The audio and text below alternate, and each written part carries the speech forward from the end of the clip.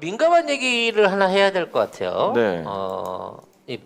이 코인 관련한 기사가 좀 났는데 네. 여기 이제 오해를 살 수 있는 부분이 좀 있어서 얘기를 좀 해야 될 것 같습니다. 지금 은성수 금융위원장이 지금 사퇴하라라는 청와대 국민청원을 받고 있는데 지금 12만 명이 넘었대요.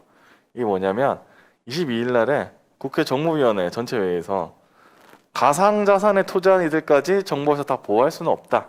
이렇게 얘기를 하면서 지금 코인, 이건 뭐 암호화폐라고 하죠. 암호화폐에 이제 투자한 사람들을 정부가 다 보호해줄 수는 없다.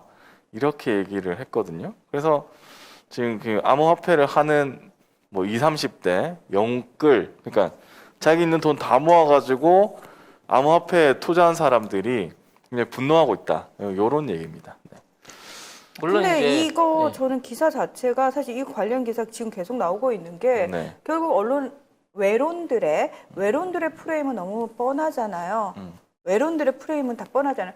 여러분 잘 생각해 보세요. 외론은 부동산 업자들 그다음에 종부세 내는 1%를 위해서 그들 빠는 기사만 잔뜩 쓰는 애들이잖아요. 언제 지금 20대가 왜 이렇게 경제적으로 위기에 몰렸는지에 대해서 제대로 된 반성이라든지 제대로 된 취재 또는 기획 기사 하나를 쓰지 않은 사람들이에요. 근데 이들이 갑자기 이것과 관련한 기사를 쏟아낸다. 이건 무슨 의미겠습니까? 이게 다 문재인 정부 때문이다라는 프레임을 딱 만들어 놓고 이것도 갖다 붙이고 저것도 갖다 붙이고 그러면서 지금 또 20대 청년들 어쩌고 저쩌고 이거 지금 이용당하고 있는 거잖아요. 이용하고 있는 거잖아요. 그러니까 사실은 거기 밑에 댓글들 달려보면은 아니 정부가 여기 투자하십시오 라고 해가지고 예를 들어서 손해를 본 거면 저는 정부를 탓하는 게 맞다고 생각해요. 그렇죠. 근데 이거 여러분 저희가 어떤 지금 주식 공식적으로 통용되는 어떤 투자라는 부분에 대해서도 저희가 늘 그 얘기하잖아요. 선택은 여러분의 몫입니다. 따라서 책임도 스스로 지셔야 됩니다. 그걸 반드시 알고 하셔야 됩니다. 그게 투자입니다라고 얘기를 하잖아요. 그렇죠. 근데 모든 사람이 다 나 돈 잃었는데 그러니까 무조건 정부가 책임져. 나 여기서 돈 잃었어. 정부가 책임져야지. 이게 지금 저는 상식적으로 말이 안 된다고 생각하거든요. 조금 더 이제 현실적인 부분에서 말씀을 드리자면 제가 몇 번 이거를 이제 멤버십에서 방송을 하려고 하다가 접고 있는 부분이 뭐냐면 이미 너무 많은 사람들이 코인에 발을 담그고 있어요. 특히 젊은 네. 사람들 특히 20, 30대 계열들이 이걸 많이 하더라고요. 담그고 있는데 네. 사실 이게 엄밀히 말해서 이제 코인 시장이 있습니다만 대표적인 게 이제 비트코인 있는 거고요. 그 뭐 이외에 코인 종류도 엄청나게 많더라고요. 그 네. 이외에 뭐 이더리움이라든지 몇몇 코인들이 한 4종 정도는 메인을 이뤄가면서 주류 시장을 이끌고 있고 나머지 이른바 알트코인이라 불리는 잡코인들 같은 경우에는 잡코인. 사실상 이게 그 어떤 금융적인 그 보존 가치가 없는 겁니다. 그러니까 쉽게 말하면 현금이나 금에다가 투자를 하는 게 아니고요. 새로 만들어낸 야구 카드나 아니면 브루마블 지폐에다가 이거를 투자하고 있는 거예요. 현금을. 이게 황금성이 보장되는 시장이고 이게 국가라든지 어떤 경제 주체가 또는 그 코인을 발행한 주체가 그 황금성을 보장할 수 있는 자산이라 그러면 이게 문제가 안 되는데 폭등을 하고 막 폭락을 하고 이러한 과정 중에서 생긴 손실과 피해가 결국 나중에 개인의 피해로 돌아왔을 때 이 부분에 대한 책임을 아무도 책임져 주지 않는 상태에서 이게 유지가 되고 있다는 거예요. 심지어는 가장 주류를 이루고 있는 비트코인이라고 하는 상품도 지금 뭐 8천까지 갔다가 8천만 원 한 주당 한 코인당 8천만 원을 갖다가 지금 6천, 7천대 내려왔다 갔다가 이게 등락을 거듭하고 있는데요. 그 자체가 거래를 통해 갖고 그 가격이 유지가 되긴 하지만 어느 누구도 그거를 일반 사람이라든지 그 코인을 거래하는 사람이나 다른 사람이 그 돈에 대한 황금성 가치를 보장해 준 적이 없습니다. 근데 그러면 막 올랐을 때는 이게 다 문재인 정부 덕분입니다. 제가 돈 벌었어요 하는 사람은 왜 없어요?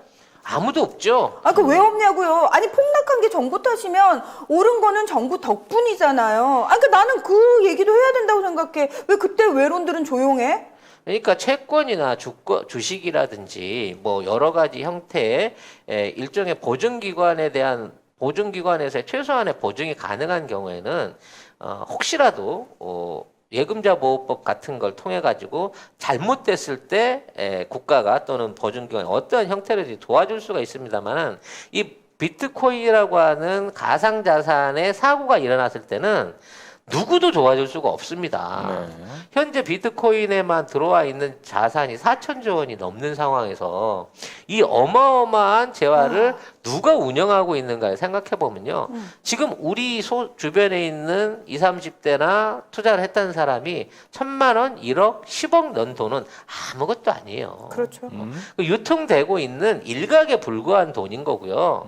진짜 이 비트코인을 쥐고 있는 큰 손들은 계속해서 그러한 그 시세 차익을 올려놓고 있는 상태에서 이거를 또 던졌다가 대량 물량을 던져서 수익 실현을 했다가 또 팔았다가 하면서 개미들한테서 지속적으로 돈을 빨아먹고 있는 거예요. 그러니까 비트코인이 500일 때도 딴 사람이 있고 잃은 사람은 있습니다만 잃은 사람이 100배 많은 거고요. 그건 당연한 거잖아요. 1,000만 원이든 2,000만 원이든 5,000만 원이든 7,000만 원이 되든 1억이 되든 그 상황에서 돈 버는 사람은 분명히 있습니다만 이런 사람은 그보다 100배, 1000배, 10,000배 많아질 수밖에 없는 결과적으로 언젠가 이게 정상화 돼가지고 제도권 금융으로 들어오지 않는 이상 이게 보장받을 수 없는 굉장히 위험한 투기라는 겁니다. 근데 그걸 모르고 하셨냐고요? 아니 다 알고 하신 거잖아요. 근데 이제 이분들이 화가 난 건 뭐냐면 2022년 1월 1일부터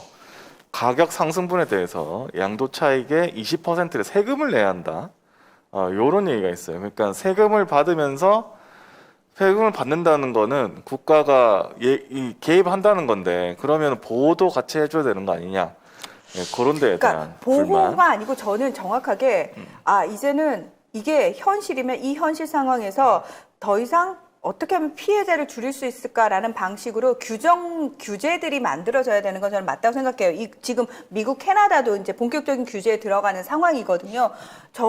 우리나라도 사실은 저는 이제 규제에 대해서 심각하게 고려를 해야 될 부분인데 문제는 뭐냐면은 외론들의 프레임은 왜 보호를 안 해줘라고 표현하잖아요.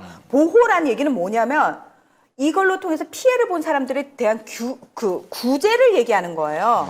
그러니까 이게 다른 거예요. 개념이 다른 거예요, 여러분. 여기서 말하는 보호라는 건 우리가 아니 주식 시장에도 이런 규제, 저런 규제 있어가지고 최소한의 보호 장치는 있잖아요라고 얘기하는 건 말 그대로 규제를 통해 가지고 선의의 피해자가 최소화되도록 하는 것들인데 지금 언론이 프레임으로 걸고 있는 건 그 최소한의 규제 장치를 마련해라는 얘기가 아니고 얘들이 노리는 건 피해본 사람이 한둘이 아니야. 20대 청년들 난리 났어. 이거 다 정부가 책임져야 돼. 이 피해본 피해자들을. 지금 프레임을 잘못 가져가고 있다니까요. 그러니까 2022년 1월 1일부터 250만 원이 넘는 소득이 발생할 경우에 차익의 20%를 세금으로 내도록 했습니다. 네. 이건 이제 불로소득 지수에 비해서 한참 낮은 거긴 한데 그렇죠. 금융소득세에 비해서도 예를 들어서 35%니까 네. 낮은 건데요. 예를 들어서 가상화폐를 파서 1,000만 원의 양도 차익이 발생했다면 200만 원을 내라는 거예요. 기본 공제금액 250 뺀 750만 원에 대해서 20% 세율을 적용해서 150만 원을 납부하면 된다. 요렇게. 근데 되게 웃긴 게 맞아요. 레드헤어님이 언론이 돈 벌어다 떠들어줬잖아요. 그러니까 이게 문제라는 거예요. 그러니까 외론 애들이 20대 애들이 뭔가 이게 돈이 될 것 같은데 연끌을 해서라도 여기다 꼬라 박아야 돼? 라는 생각, 잘못된 생각 심어준 게 누구냐는 거예요.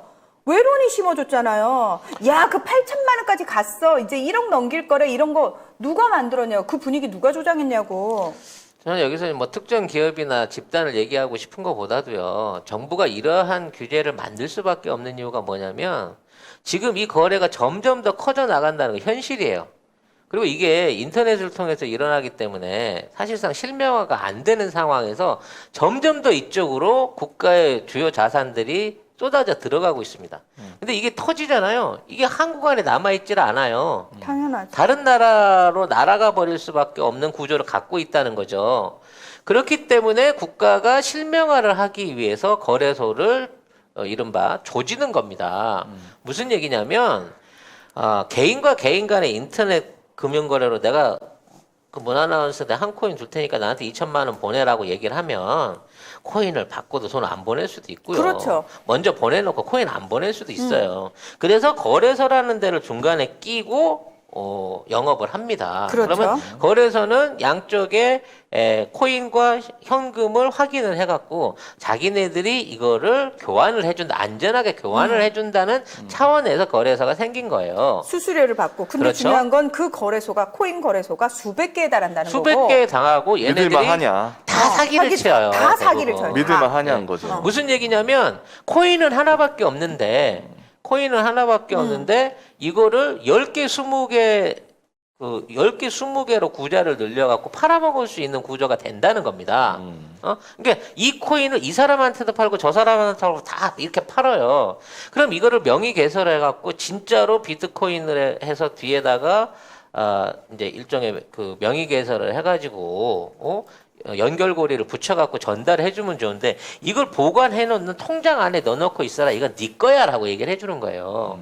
근데 실제로 저게 내 것인지 내 코인으로 들어가 확인 안 된단 말이야. 확인이 안 된다고요. 그러니까 비트코인 거래소 같은 경우에는 진짜 코인 하나만 갖고 10명한테도 팔아먹을 수 있는 거고 100명한테도 팔아먹을 수 있는 거고. 근데 정작 몰라요. 그걸 사고 파는 사람들은 몰라요. 그리고 그걸 실물로 내놔라고 요구를 하게 되면 결과적으로 그걸 찾아주려고 하는 과정 중에 물건이 모자래요. 그러면 날려버리는 거야.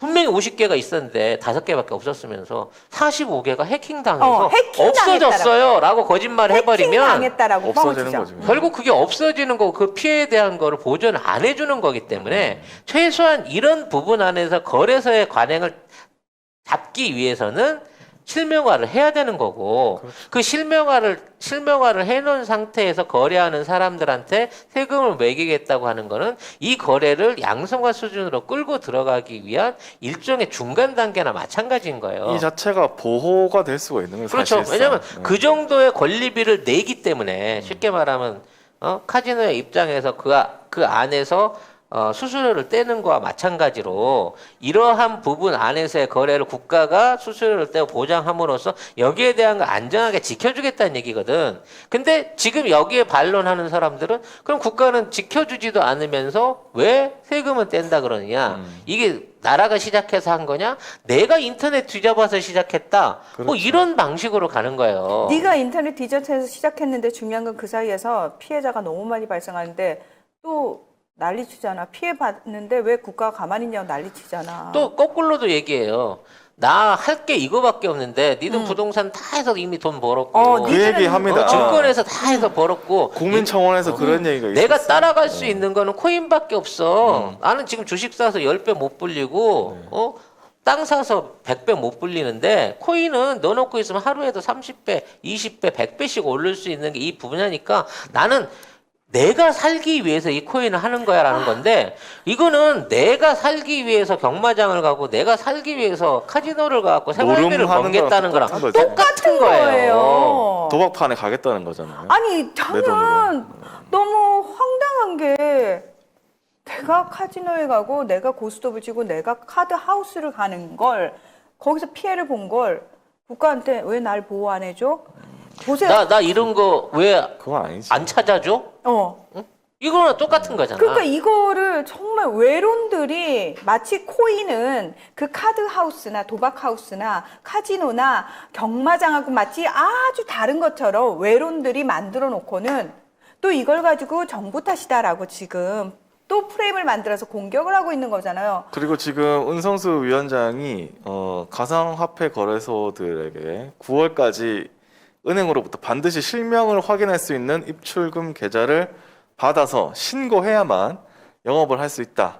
이렇게 공지를 한 상태거든요. 이게 그거예요. 네. 진짜 그만큼의 예수금을 받아가지고 실명으로 몇 사람이 있는 거면 네가 갖고 있는 코인이 실제적으로 그 숫자에 맞춰서 1대1로 거래되고 있는가를 이 거래소가 지금까지 속여왔기 때문에 그렇죠. 이걸 정부가 이거 제도를 만들어서 일단 정당한 거래가 만들어질 수 있게끔 하는 게 보호의 시작이란 말이에요. 그렇죠. 근데 그 자체를 아예 못하게 하는 거죠. 그러니까 저는 사실 은성수 위원장이 보세요. 암호화폐는 법정화폐가 아닌 내재 가치가 없는 가상자산에 불과하다는 게 우리 금융당국의 입장이다. 잘못된 길로 가면 어른들이 얘기를 해줘야 한다고 생각한다. 저는 이 말이 왜 분노할 만한 말인지 모르겠어요. 이거 너무 지금 사실을 그대로 얘기를 해준 거잖아요. 저도 제 친구가 금융계에 있는데 그 친구도 그런데 자기는 은성수 위원장 별로 마음에 안 드는데 코인 관련해서는 잘하고 있다고 생각한다고 얘기를 하더라고. 이렇게 해줘야지 더 큰 피해자가 안 생기지. 안 그러면 지금 안 그래도 막 그 젊은 친구들이 그런 코인에 연끌해가지고 막 자기 있는 데 없는 다 쏟아붓는데 근데요. 가만 안 뒀다가 지금 큰일 난다고. 저 진짜 이거는 사람의 성향이거든요. 예를 들어서 똑같이 돈을 벌어도 누군가는 계속 아씨 이거는 푼돈이야. 보세요, 여러분. 아주 극단적인 비교를 해드릴게요. 자, 아르바이트를 하면 편의점 아르바이트를 하면 시급이 얼마입니까? 근데 얼굴 조금 예쁘잖아요. 그러면 슬슬 꼬셔요. 야, 밤에 아무도 너 몰라. 근데 대학생이라 그러면 너 1시간 손님 옆에 앉아 있으면 그래 100만 원은 벌어. 자, 그러면 우리 그 돈 내가 편의점에서 1시간 일한 돈하고 술집에서 옆에 손님 옆에 딱 앉아있는 1시간하고 금액이 차이가 얼마큼 나는지 모르는 사람 없어요. 상식적으로 다 알아요. 근데 대부분의 상식적인 사람들은 이 100만 원을 술집을 택하지 않습니다. 그걸 안 택하는 이유가 뭡니까? 이건 잘못된 삶이라는 걸 너무나 잘 알기 때문에 택하지 않는 거예요. 저는 도박이 똑같다라고 생각을 해요. 내가 1시간 그렇게 편하지. 씨발 내가 1시간 이거 쭈뺑이 돌려봤자 야 니들은 부동산으로 앉아가지고 수십억씩 벌잖아. 씨발 나도 그거 할래. 너 리얼한데? 아니 그렇게 얘기하잖아요. 저는 네. 왜 이게 등치가 되는지 모르겠다고요. 모든 세상 사람들이 다 이게 상식이라고 생각할까요? 아니라고 저는 생각을 합니다. 그래도 사람들의 상식은 뭐냐면은 이건 잘못됐다라는 걸 누구나 다 알고 있기 때문에 선택하지 않는다는 거예요. 나한테 경제적 이익이 아무리 커도 안 한다는 겁니다. 왜? 이건 불법적인 거고 잘못된 걸 사람들은 상식적으로 알고 있기 때문입니다. 위험하다는 거 다 알지 않을까? 외론들과 지금 이 은성수 위원장의 사퇴를 촉구하는 사람들의 심리는 딱 뭔지 아세요? 이게 잘못됐고 못됐고 난 상관없고 나한테 이득 이거 크게 갖다 준 거 나 이거 해야겠어. 막지 마 씨발 이거예요. 나는 이걸 왜 지금 외론들이 더 부추기고 잘한다 하고 있는지 저는 이걸 부추기는 외론과 이걸 요구하는 청년들이 만약에 있다면 실제로 저는 이 사람들 우리 사회에서 굉장히 위험한 존재라고 생각을 합니다. 이 사람들이 많아지면 우리 사회는 병들 수밖에 없습니다. 근데 이제 저는 반성해야 될 부분도 있다고 봅니다. 오죽하면 그럴까.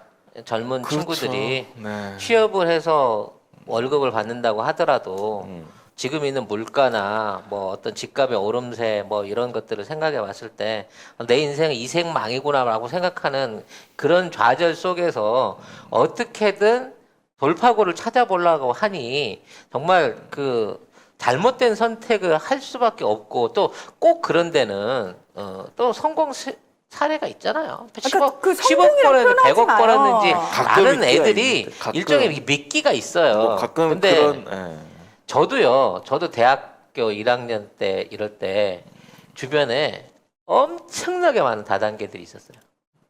그래서 저는 잘 모르는데 그러니까 학교 졸업 앨범만 보고 선배 후배라고 자꾸 전화가 와요. 전화가 와서 한번 만나자, 뭐 하자, 나 네. 누군지 모르겠냐 만나보면 대부분 하는 얘기가 너 코라이트 할래? 올브라이트 할래?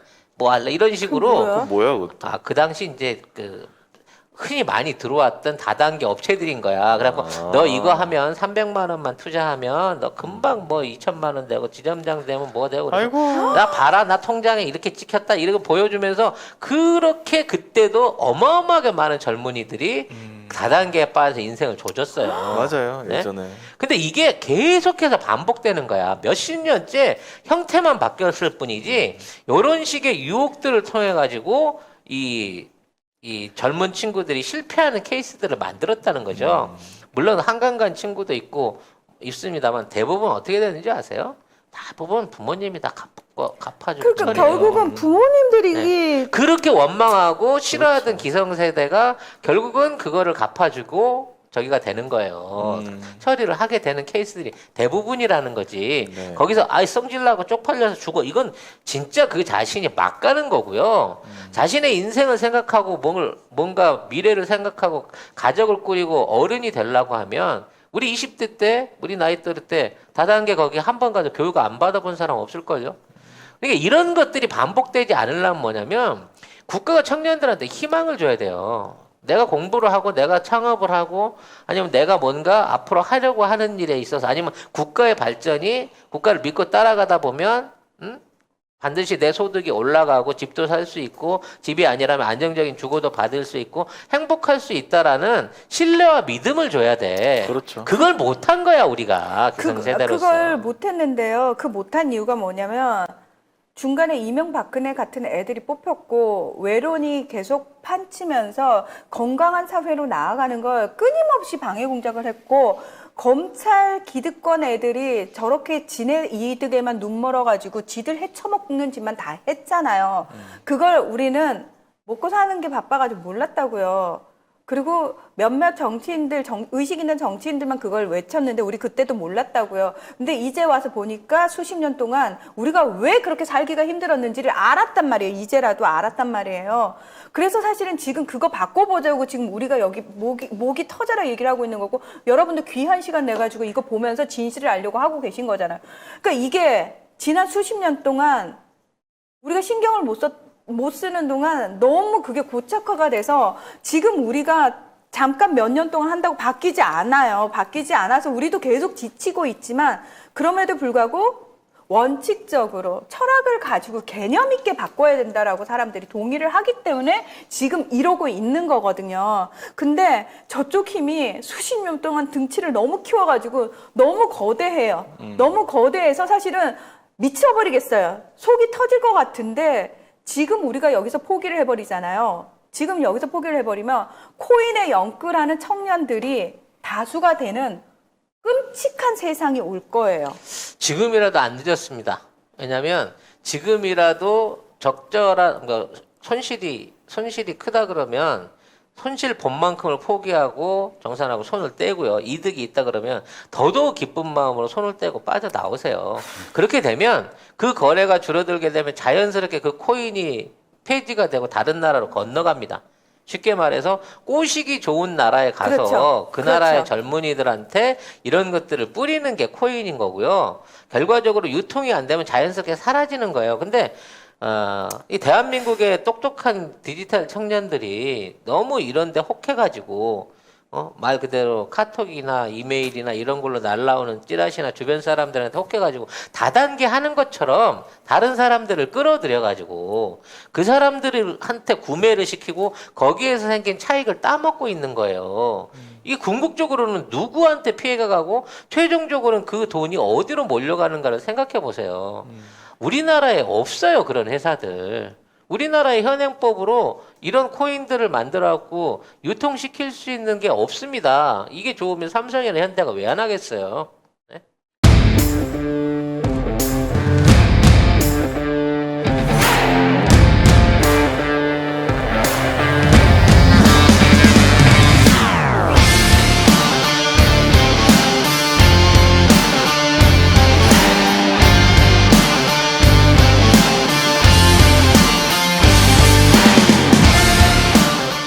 TV몰 일단 들어가시면은 이 선글라스 가격이 나와 있어요. 49,900원에 판매가 되고 있는데 128,000원짜리를 저희가 지금 싸게 팔고 있는 거거든요. 어디 가서 소문나면 안 되는 가격인 거고요.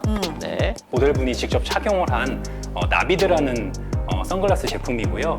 저는 얼굴에 단점이 많은 사람이잖아요. 특히 얼굴형 동그랗습니다. 게다가 광대 겁나 튀어나와 있어요. 어제 제가 이 선글라스 보면서 딱 그 생각했어요. 이거는 되게 괜찮다. 일단 가벼워요. 되게 가볍고 딱 꼈을 때 여러분 어때요? 저는 이 선글라스 사실 되게 마음에 들거든요. 요건 어때요? 요거 되게 발랄하고 약간 럭셔리해 보이고 저 예전에 뭐 모를 때 선글라스라는 걸 모를 때 길거리 가다가 자판에서 10,000원짜리 샀어요. 눈이 너무 피곤해요. 선글라스는 외적으로 디자인도 예뻐야 되지만 무엇보다 사실 중요한 거는 요 안경 알이에요. 이걸 끼고 있을 때 피곤해지면 안 되는데 예, 요거는 그런 저급한 선글라스가 결코 아니라는 거. 일도- 지금 저희 송작가 TV 몰에서만 갑자기 반짝 세일을 하는 거기 때문에 요거 한정판입니다. 예, 한정판이어서 요거 다 수량 다 떨어지면은 이제 솔드아웃 되는 거예요.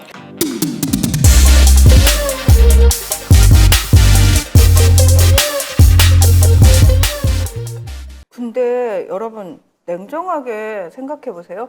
지금 살기 힘들다 했는데 외론들이 단 한 시대도 살기 힘들다라고 말하지 않은 시대가 없었어요. 이명박근혜 때는 그런 얘기 쏙 들어가고 이명박근혜 찬양하는 글로 도배가 됐었고 항상 민주정부 시대에는 살기가 힘들고 경제가 최악이에요. 늘 그렇게 얘기를 했어요. 근데 정말 최악인가요? 아닌 거 우리 너무 잘 알잖아요. 지금 살기 힘들다고 하는데요. 우리 왜 힘들어요? 근데 생각해 보세요. 왜 힘들어요? 아니 현실적으로 많이 힘들어졌어요? 아니요. 옛날이랑 비교해 보면요. 사회보장제도, 그러니까 복지제도가 혜택들이 많아졌어요. 내가 찾아서 도움받을 수 있는 게 그래도 이명박근혜 때보다는 훨씬 많아졌어요. 저는 사실 문재인 정부 들어가지고 근로장려금 2년 연속 받았었거든요. 그러니까 그거는 그전에는 저는 받아본 적이 없는데 그런 제도도 있고, 그러니까 정말 내가 사각지대에 몰려있다고 생각을 했는데 찾아보니까 이전보다 훨씬 그래도 혜택들이 많아졌는데 문제는 뭐냐면 사람들이 상대적 박탈감이 커짐으로 인해서 이전보다 복지 혜택이 좋아졌음에도 불구하고 느끼기에 상대적 박탈감이 커졌기 때문에 상대적으로 내가 사는 게 힘들어졌어. 더 힘들어졌어라고 느낀다라는 거죠. 뭐 언론이 발전을 하고 그걸 통해 가지고 어두운 모습은 잘 안 보이지만 화려한 모습은 너무 많이 보이다 보여주니까. 보니까 상대적인 박탈감에 대한 게 커질 수 있어요. 근데 뭐 흑수저 얘기도 있고 뭐 헬조선 얘기도 있습니다만 지금 대한민국은 흑수저 아닌 모든 사람들이 제대로 된 동수저를 공유할 수 있는 시대로 가고 있잖아요. 그렇죠, 그렇죠. 헬조선이 아닌 최소한의 복지가 보장이 되면서 내가 최소한 대한민국에 사는 이상은 바꿈치 않고 직장 구하는 거 어렵지 않고 의료 보전 받을 수 있고 미래에 내 연금이라든지 내 노후에 대해서 걱정할 수 없는 사회를 만들어가자고 노력하고 있지 않습니까? 그렇죠. 이러한 노력이 장기적으로 안착이 될 수 있고 그렇게 되기 위해서는 우리 세대가 이걸 깨우쳐야 돼요. 맞아요.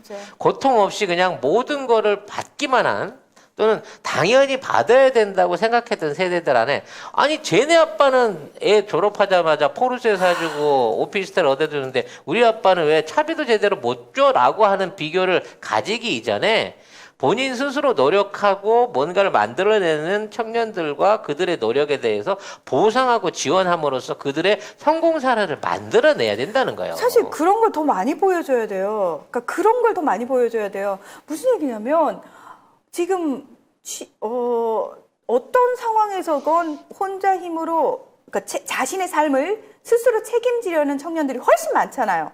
냉정하게 얘기해서. 코인하는 애들보다 시급 최저 훨씬 시급 많아요. 받아가면서 네. 알바하는 친구들이 훨씬 많아요. 사실은 코인을 하려면 돈이 있어야 합니다.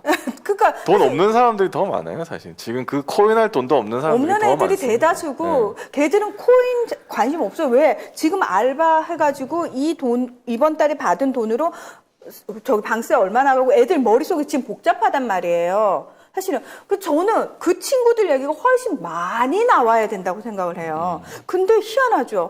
되게 극단적이고 되게 비정상적인 애들 얘기를 외론들이 계속 얘기를 해주니까 이 미친 외로운 네. 하에서는 미담이 없어. 씨. 맞아. 맨날 괴담 내지는 악담 내지는 말도 안 되는 부풀리기만 계속해서 만들어내고 있는 거예요. 네.